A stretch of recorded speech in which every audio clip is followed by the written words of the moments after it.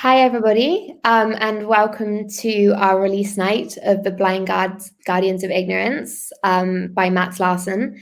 We're sorry this took a week longer than it was supposed to happen. We had some unforeseen circumstances, but we're so happy to be doing this tonight. We've got a great night ahead. So I'll do a little introduction. My name is Esther Holland. I've been working on the marketing side of things with the editorial team for Imprint, and I've been working kind of one-on-one with Mats. I've really enjoyed it. I've not got a background in sustainability or economics, but I've found the last few months kind of working on this book to be so engaging and interesting, and I've really appreciated all of the expertise that Mats has shared with us in this book. So without further ado, I want to introduce our author for tonight, Mats Larsson. If you want to introduce the book a little bit, Mats. Thank you, Esther.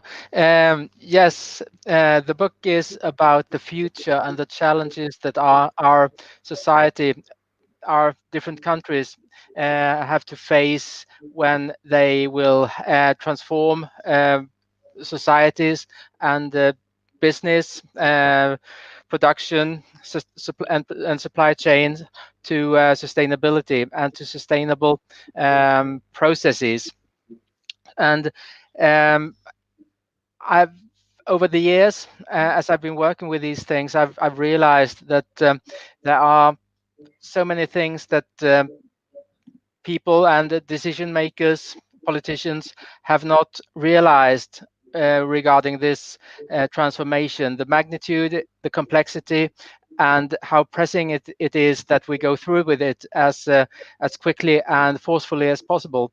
And I've written a number of books before on this topic, but I've noticed how difficult it is to get these points across to the people who need to understand them.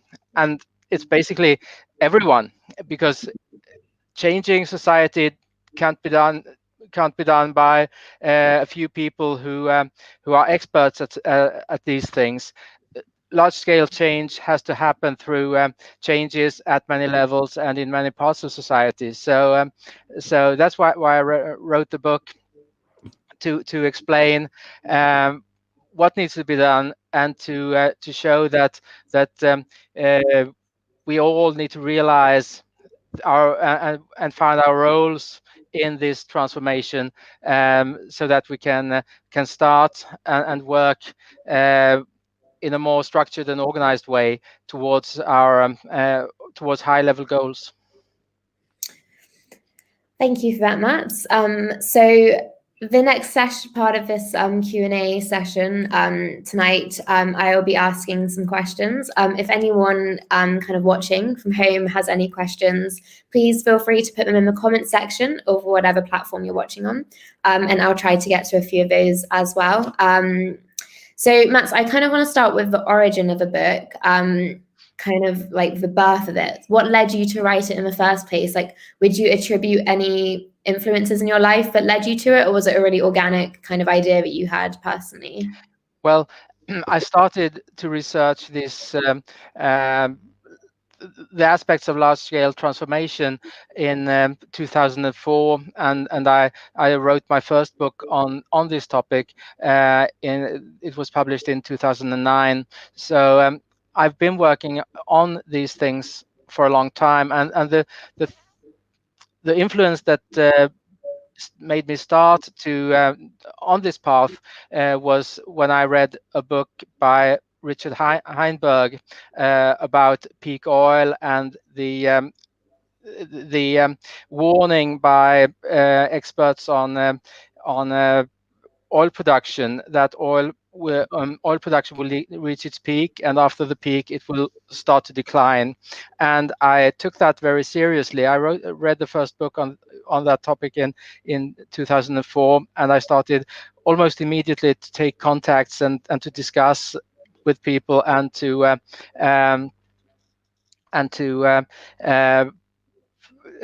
apply for funding for research and development projects, and that was the start of it. And throughout this process, as I've written other books, it has occurred to me how difficult seems to be for people to understand what this transformation is all about, the magnitude, and how we need to work in a more structured and organized manner, which needs to be led by governments. It can't be based entirely on activities and on initiatives by uh, single citizens, because it's a system change, and we need to build up the building blocks that are needed in order uh, to be able to build the new processes, the new supply chains in society, and the different services and platforms that are needed in order to make this happen on a large scale. So the title that you've chosen for your book, The Blind Guardians of Ignorance, COVID-19, Sustainability, and Our Vulnerable Future, is very striking. You know, there's some, like Our Vulnerable Future, The Blind Guardians of Ignorance. Like you're not holding back any punches, really. So would you mind just kind of further explaining to us what you mean by phrases like the blind guardians? Who are they? And also the subtitle for your book is The Change Leader, a guide to being a change leader. Could you tell us a bit about kind of what it means to be a change leader, in your opinion? Yes. The important aspect I think for everyone to realize is the magnitude of the transformation, and everyone takes for granted that for example, e-mobility, electromobility will emerge as people buy more electric cars and more charging posts are installed across cities and across along motorways and so on. And that's not very likely to happen, because there are very large investments that are needed in order to drive all the cars in Europe on electricity. There will be a need for the power equivalent of 150 nuclear power plants, and that's a simple calculation. It's not a political statement or anything like that. It's just multiplying the number of cars by the number of kilometers that are driven, and the number of kilowatt hours that are needed in order to fuel a car to drive a kilometer. So that's a really simple calculation, and for the time being, people can buy electric cars, and we can use them without any problems because there are so few of them. But as this transformation will continue, we will run into a number of hurdles or constraints in the systems, and that have to do with power production, the capacity to distribute power in power grids, and so on. And that means that we need to expand power production, power grids, and we need to invest a lot of money in smart grid technologies, so that charging can be managed and controlled, and so that not all cars are charged at the same time when people come home in the evening. And so this is an example, and it's quite easy. It should be quite easy to understand that 150 nuclear power plants, or the equivalent power produced by wind power, turbines, requires a really big investment, and that the other things that need to go with it need to be requiring really big investments as well. So, and if we take other examples related to the transformation to sustainability, for example, the need to increase local production, that also needs to be driven by very large investments, because there is very little local production at present. Very small share of what we eat and what we buy is produced locally. And in order to reduce our dependence on transportation and our dependence on oil, we need to transform production and distribution so that more products and services, especially the ones that are critical for our for people, like food, clothes, and for society in terms of spare parts for our critical infrastructure, needs to be produced more locally, and we need to reduce the need to transport them uh, to supermarkets and so on. So that uh, change also will require very large investment, and and I've been trying to explain this through meetings with people in different roles for 15 years now. I've been with researchers, with the politicians. I've had a presentation once at the Swedish Parliament, where some high-level politicians, MPs, basically attended, and I've been discussing this with a lot of decision makers in industry as well.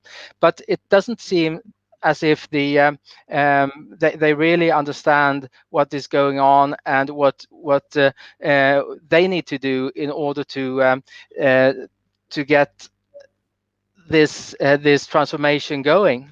And there is still the same arguments that around society, that and you get the impression that people believe that everything will continue in the way that it is now, far into the future without any problems. And we are looking at the situation with climate change, but there is also the aspect of a very high risk that oil production will reach its peak and go into decline in the next few years. So the blind guardians of ignorance are, in my mind, the people who refuse to realize these very important and very strong warnings about the future, and the ones that refuse to see clearly that our present approach will not achieve the type of change that is needed in order um, to build a sustainable society for the future. And the aspect that the book is a handbook for change leaders, young and old, it goes back to the aspect that this change can't be achieved only by some experts who may know everything, or at least a little about what needs to be done. It has to be driven by people in all parts of society, at all levels of society, that learn about the needs and how we need to change lifestyles, how we need to change production and distribution, how we need to change transport systems to e-mobility and so on, and understand the advantages of some solutions and the disadvantages of others. And that's a fairly tall order. I've understood that people need to take in this relatively complex situation situation, and understand what needs to be done. But I'm it can't the change can't come about by a few experts who uh, repeat the same arguments time and time again. There is a need for people to take this in and to start to understand, and also for others to take on this important message that we need to drive a more structured change process than we are doing right now. I love how the book kind of toes the line between kind of emphasizing that it does start with the one, it is a community aspect, it is up to individuals, but then also doesn't use that as a scapegoat for kind of decision makers, power players, because so much of the responsibility lies on them. And I feel like the everyday man is kind of blamed for maybe not recycling enough and such. I think that it's great to have a book, a piece, a manual that kind of says, yes, it does start with you, but also there are some very high people in high places that need to be held to account. I think that's really impressive. So you talk so much, sustainability is such a buzzword nowadays, and kind of it's the core messaging of the book. I think it's so easy for us to say we need to move towards sustainability, but I feel like few people actually understand what that concretely might look like. You talk about it so much in the book, kind of what it means to move towards a sustainable society. Would you just sum up like what you believe a sustainable society will like mean and look like? Well,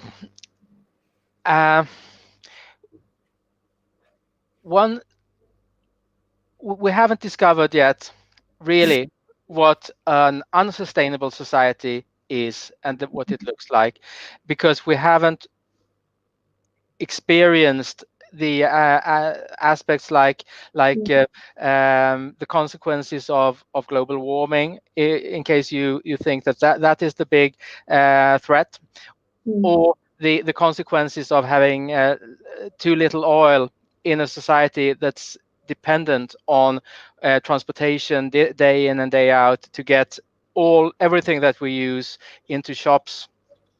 So at one time in this development, or in the near future, we're very likely to experience a situation where all countries cannot get the volumes of oil that we need. There will be a time in the future when a tanker doesn't arrive at its destination, or a country that's expecting a certain amount of oil doesn't receive all of it, and a tanker that would have gone to a certain country doesn't go there, and the country experiences a shortage, which in the first place will be temporary, because the next day or the day after that, there will be another delivery, and things will go back to normal. But in this context, a sustainable society means a society that can function even without the volumes of oil that we are used to, without the large imports from faraway countries that require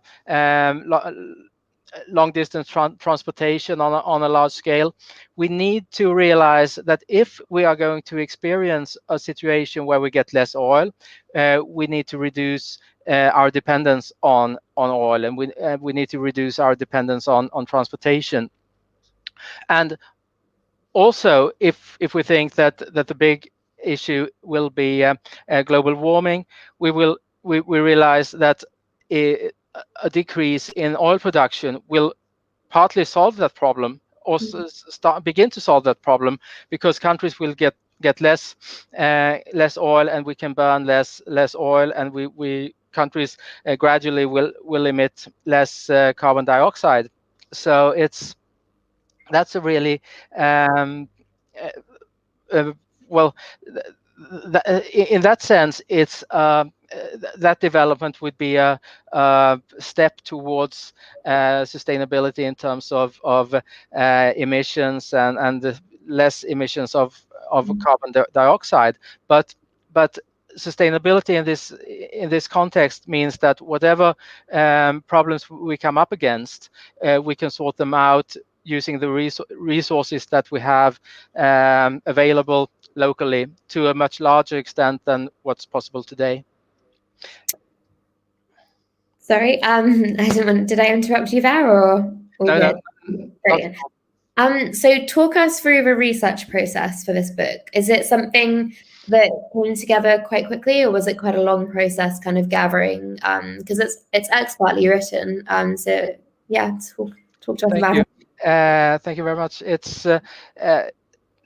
been a very long process. I started to write the work on the first uh, research project and the report for that in 2004, 2005, and I then developed the ideas that led up to the first book on the subject, Global Energy Transformation, which was published in 2009. And so, and there in that book, I laid down some of the basics, and that this will be a very complex transformation, that the market forces alone can't drive it, or will not be able to drive it, because it will be a very there will be a very large need for coordination, like the Apollo program. It couldn't the Apollo program could not have come about, and it couldn't have been successful if it was based on individual initiatives. One firm starting to build a rocket, another firm starting to build a control center, another firm starting to construct a moon lander, and so on. And there had to be a NASA in the middle of this, coordinating everything and funding all the activities that couldn't be funded by individual companies, because at that point, of course, there wasn't a market for a rocket, and so on. And in early stages of technology development, there are very few customers. We see that there are, I mean, electromobility and the sales of electric cars is growing quite rapidly, but the numbers of cars that are sold is still very small compared to the number of cars, petrol and diesel cars, that are sold in the world. Each year, there are 65 million cars are sold, and only at present 2.5 million of them are electric or hybrid. And this small number, 2.5 million, growing, but still a very small number, can't finance all the investments that will be needed in order to build the electromobility systems, expand power production, expand power grids, invest in smart grid technologies, and all of these things need to be started, and the investments need to be taken and made at early points in this development. And it's been like that in many, in all or most technology development processes in the past as well, like railways, phone systems, automobiles, that that the initial build-up of resources has required very large investments, and that hasn't, and the number of customers has for a very long time been too small to finance the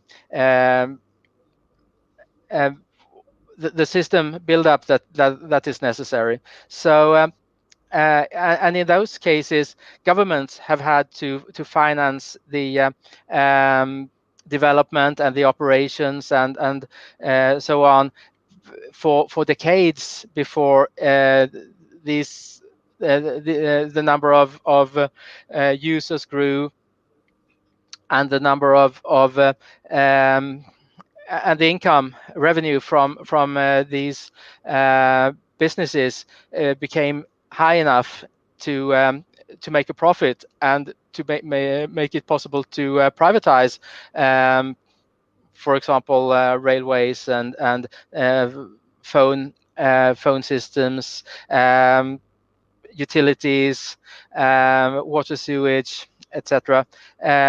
All of these things have for decades been financed by governments at national governments, local governments, and in various ways, and they haven't. They couldn't have been made, most of them, only based on the small revenue that was paid by early customers that were using the services once in a while. So something just like so great about this book is that it's written by an expert for everybody. So I find that you have a great way of kind of tackling the kind of highly specialized subjects, and just making them easier to process and understand, which I think is just a big roadblock into people kind of getting behind the sustainability movement, is that it can sometimes sound complicated or too difficult to overcome. And you have a really great way of breaking that down. So on that, I'm going to ask a couple of maybe slightly more specialized technical questions. Starting with, do you believe that this problem will be solved by market forces working alone, and driving the development and implementation of new technologies? No, I don't. It's actually, I would say it's impossible for the market to muster at this point the level of investments that need to be made into e-mobility systems, in local production, in new biological materials, for example, or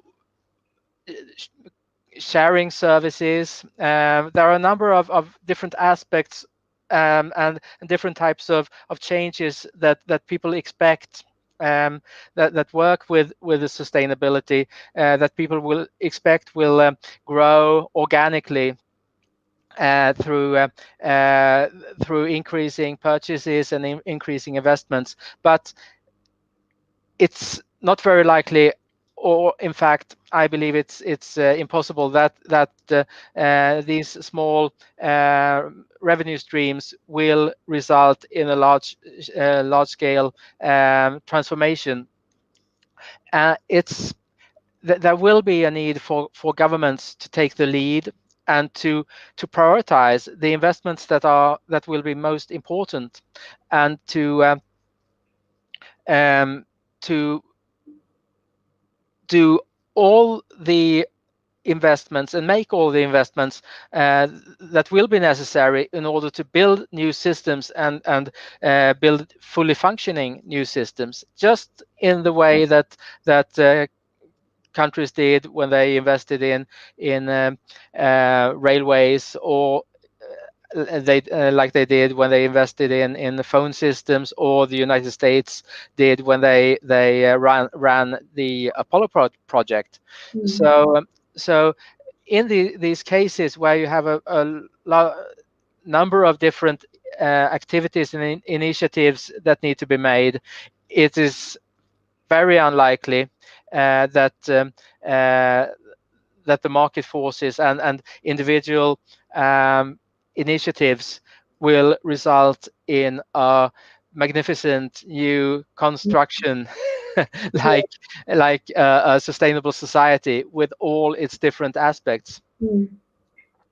So you've touched on e-mobility already quite a bit tonight, but I just wanted to ask, so you've argued that the transformation of e-mobility is not just a matter of buying more like electro cars or installing more charging posts. It needs a kind of a vaster aspect to it. And because of this, do you think that kind of, like Boris Johnson's 10-point plan, he is very keen to introduce all sorts of laws, have, I think, the number is something very big, like 20,000 e-mobility cars or something like that. Do you think that's kind of a bit far-fetched of him to just throw out that goal without actually putting in the investment? Yes, the goal of the 10-point plan, or the several goals of the 10-point plan, are very high, very high and very ambitious, Yeah. and the investment or the amount of money that he has set aside for the entire 10-point program is very small by these standards, Yeah. 12 billion pounds, as I recall. Mm. Sounds like a huge amount of money, but if you break it down and you look at only one of those points, you find he plans to ban petrol and diesel cars Mm. by 2030, which is a good ambition, but Mm. banning petrol and diesel cars by 2030 means that that almost all cars in the UK will be electric or hybrid by 2040 or soon after 2040, because cars are changed in vehicle fleets at that rate. So every 15, 16 years, the fleet is renewed entirely. Mm. And that means that for the UK, you will need the equivalent of 20 nuclear power plants, like 100 terawatt hours Mm. of power to charge these vehicles every year. And you could, of course, produce the electricity by wind turbines or solar panels, but 20 nuclear power plants gives an idea of the size of the investment. And Mm. every and the construction of just one nuclear power plant costs in financing about 6 billion pounds, as I saw, as I googled. And which means that uh, the the amount of money he would need only to build up power production would be very large, not necessarily 20 times 6 billion, but he can use wind power, which is less expensive, and so on. Uh, but but it will still be a very, very big investment necessary, and much more than the 12 billion that he has set aside for the entire 10-point plan. And in addition to that, in order to make electromobility possible, he will need to invest to expand power grids and build away, take away bottlenecks in the power grids. He needs to invest in smart grid technologies, and there will have to be a very, very large amount of new companies that offer new services for electromobility, charging, services, payments, things that we haven't even imagined, like trading effect on power grids. Um, and it's really, really difficult and impossible, really, to estimate the time it will take to develop the new businesses, because you can calculate how long it takes to build a certain amount of new power production. You can estimate the time it takes to expand power grids Mm. and install smart grid technologies and so on, but you can't estimate the time it will take to develop a large number of new profitable companies, Mm. because these companies that will have to emerge and grow in various ways, need to compete in a market where they compete against petrol and diesel cars and the services that we are already used to and people want. So there will, in order to promote to grow electromobility to a point where petrol and diesel cars can be banned by 2030, it will be uh, e-mobility will have to be promoted very strongly. And then there's another point on the 10-point plan that says investment in hydrogen technology, hydrogen fuel cell technology, and hydrogen is a interesting new technology for storing energy. Basically, that competes with electric batteries, but it's very inefficient from a energy perspective, and you need, for example, twice as much electricity to drive a hydrogen car 10 kilometers as the amount of electricity you need to drive a battery electric car 10 kilometers. So it means if Boris Johnson has in mind has the goal in mind that a part of or say the entire British car fleet would run on hydrogen instead of battery electric cars, he would need to build 40 nuclear power plants or the equivalent in other production technologies to fuel the car fleet with hydrogen.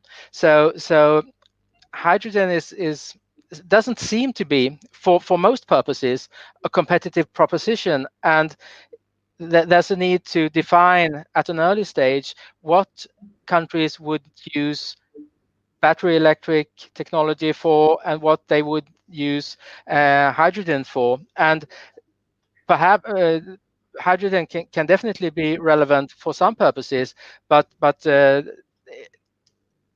it needs to be sorted out in this type of plan and in this type of context. The roles of or the roles that the government assume that the different technologies will be able to take in a future, and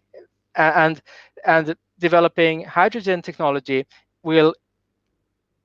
does imply a much larger investment than developing battery electric technology, because we don't have any hydrogen technology at present. It's not developed at all to the level where of battery electric technology, and we don't have any infrastructure for the large-scale production of hydrogen. We don't have infrastructure for the large-scale distribution of hydrogen. So the 10-point plan is a very ambitious plan, but the funding of it is much too small to make it viable. What is your view on the transformation to a circular economy? Do you think that this is something we might see in the next 10 years?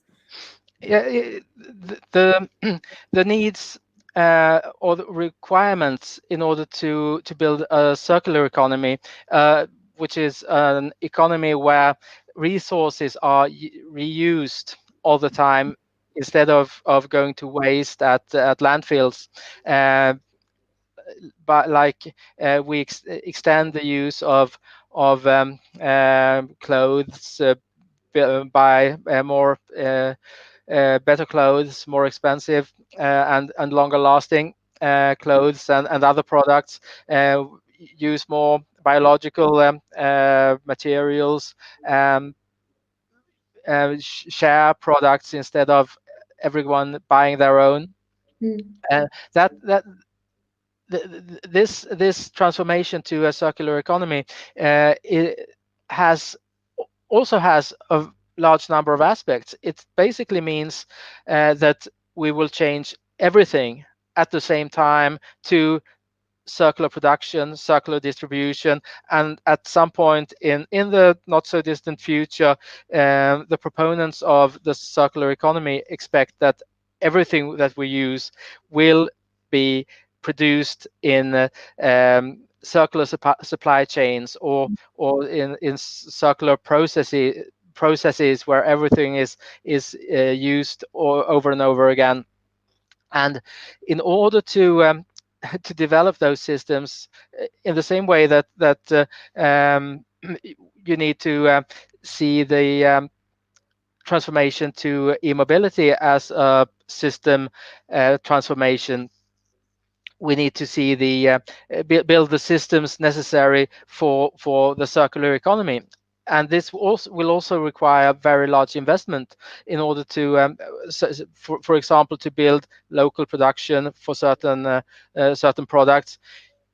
That can't be done by just building one local production system. You need local production systems everywhere, and you need to get entrepreneurs to invest and start new companies. You need existing companies to transform to become more circular, and you need to build the new systems from almost from scratch. So that's also a system development that will not be possible to run, or we can't hope that it will take place without coordination and without management of the process. So you've obviously put so much work and heart into this book. What impact do you hope that it will have? Well, I hope it will reach people at different levels in society. I hope it will reach high-level decision makers. I hope that Boris Johnson somehow will get hold of it and or at least get told about the ideas. I hope that Angela Merkel and the decision makers at the EU headquarters will be will get to know about this. But I also hope that a lot of my colleagues and ordinary people across Europe and in other parts of the world will read it and be influenced by it, and that they will start to investigate how they can support this transformation process, and how they can help drive this transformation process in the companies and in the communities, because there will be a need for transformation activities and change activities at different levels. But the grassroots initiatives will not reach any large-scale effect if there is not at the same time coordination and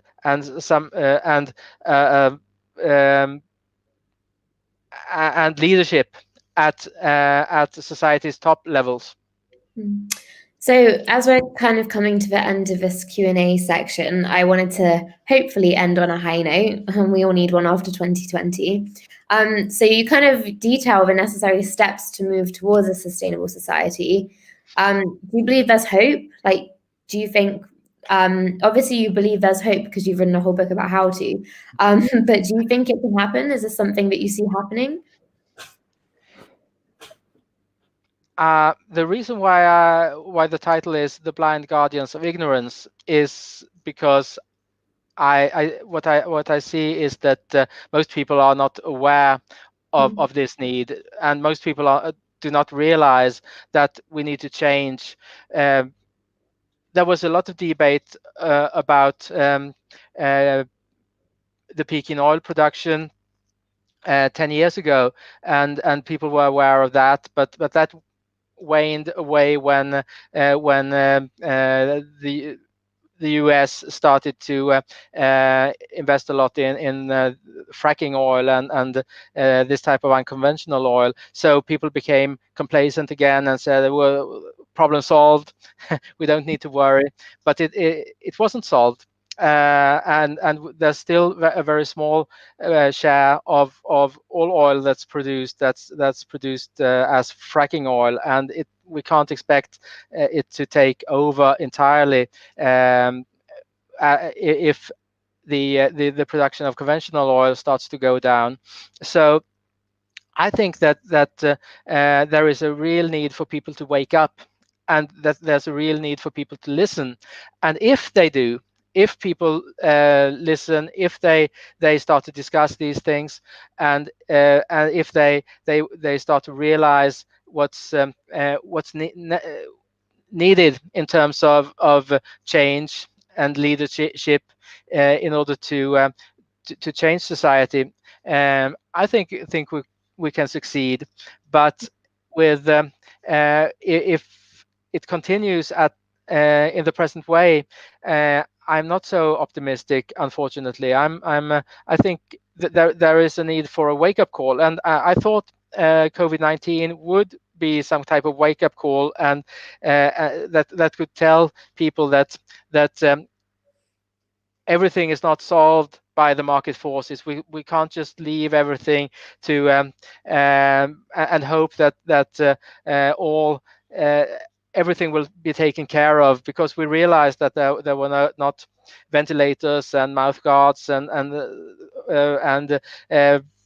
supply chains for pharmaceuticals that were necessary at the beginning of the COVID pandemic. So I hope that this pandemic and the crisis that it has created could become a wake up call for the present generations, and that they could become more open to the aspect that there's a need for leadership in order to prepare for the future, and that the market left alone doesn't solve all problems, and doesn't prepare, doesn't coordinate, doesn't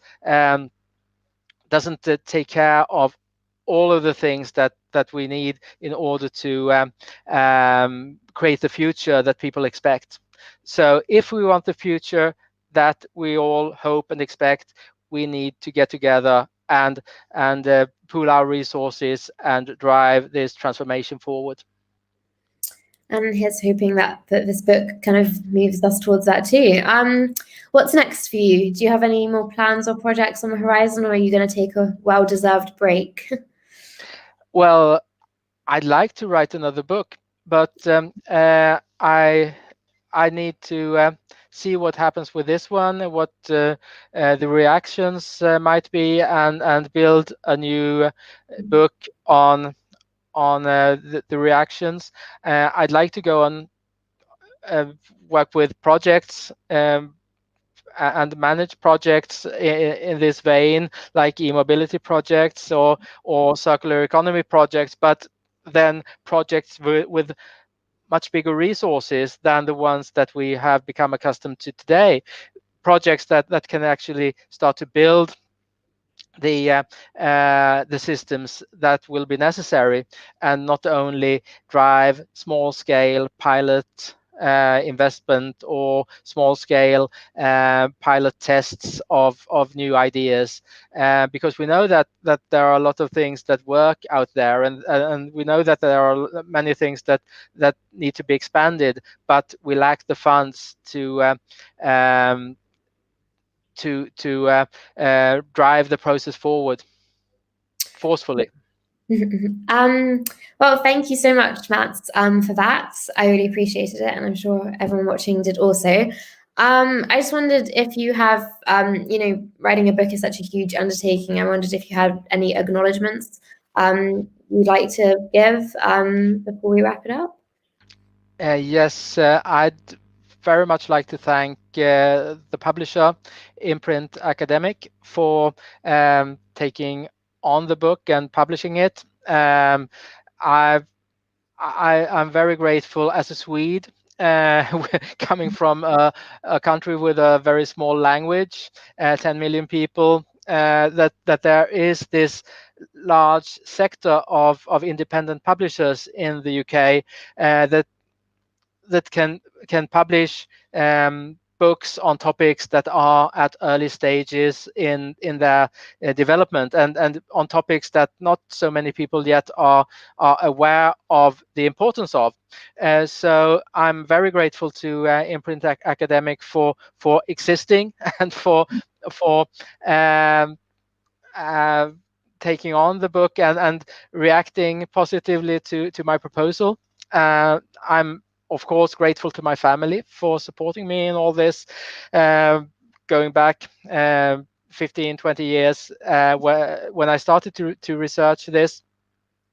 And I need to mention as well, I'm grateful to Mikael Höök at Uppsala University for writing the foreword to the book, and for the support that Professor Höök has offered me in discussions about his area of expertise, or areas of expertise, I'd like to say, in terms of oil production, the impending peak in oil production, and the other resource issues that are connected to this. And I'm grateful to his predecessor as well, Kjell Aleklett, professor, who coined the word peak oil first, and who was one of the persons and experts who started the process of informing the world about the expected peak in oil production, and of the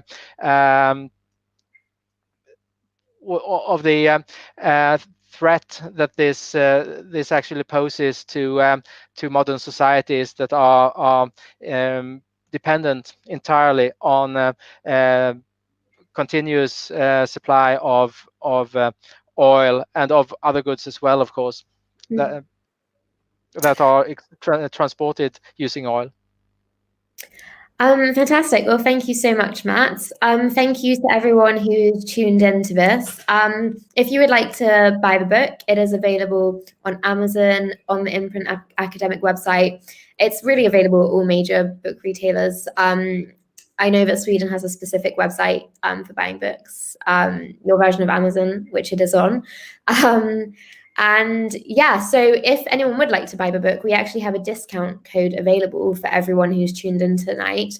I'll be emailing it out to everyone who signed up for the event afterwards, but in case you're watching on the Facebook or YouTube live stream, the Imprint Academic code for the book discount code is CAT20 in capitals, and it's CAT20. Altogether, one word. But as I said, I'll be emailing that out to everyone. We really appreciate all the support. Obviously, a book kind of this message is just so important. So we really appreciate any support we can get. That includes Amazon reviews, which are very important in today's publishing world, so I'm afraid. So if you do get the book, and you find you love it, please leave an Amazon review. We'd really appreciate that. Even a simple one-liner would be brilliant. So that's all from us tonight. Thank you so much, Mats, for participating. We really appreciate you sharing all your expertise with us. And thank you to everyone tuning in. Merry Christmas, everyone. Bye. Thank you very much. Bye. Bye.